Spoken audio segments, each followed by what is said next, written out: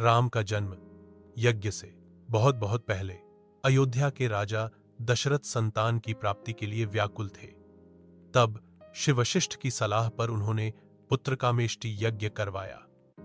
यज्ञ के बाद अग्निदेव प्रकट हुए और उन्हें एक दिव्य खीर दी। यही खीर उन्होंने अपनी रानियों को खिलाई, जिससे राम, लक्ष्मण, भरत और शत्रुघ्न का जन्म हुआ। यह केवल जन्म नहीं था, यह भगवान विष्णु का अवतार था, धर्म की पुनः स्थापना के लिए। 2. हनुमान को अमरता का वरदान।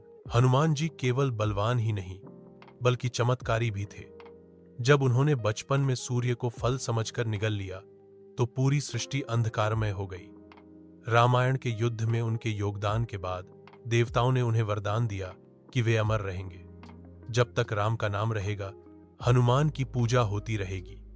वे आज भी जीवित हैं और सच्चे भक्त की सहायता करते हैं। 3. सीता जी का धरती से प्रकट हुई। राजा जनक एक दिन खेत जोत रहे थे। तभी उनके हल की नोक से धरती से एक सुंदर कन्या प्रकट हुई। उन्होंने उसका नाम रखा सीता। क्योंकि वह धरती माता से प्रकट हुई थीं, इसलिए उन्हें भू पुत्री भी कहा गया।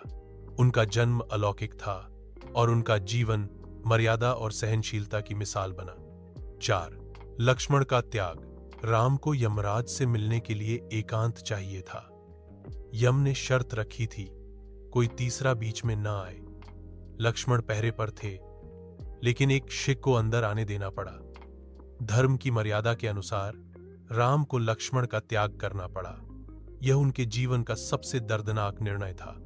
भाई को त्यागना केवल एक राजा ही नहीं, एक आदर्श पुरुष की परीक्षा थी। 5.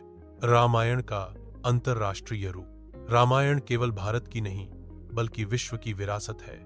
थाईलैंड में इसे रामाकियन कहते हैं, इंडोनेशिया में काकाविन रामायण और नेपाल, मलेशिया, लाओस जैसे देशों में भी रामकथा के अलग अलग रूप मिलते हैं। यह दिखाता है राम का आदर्श और मर्यादा पूरी दुनिया को प्रेरणा देती है।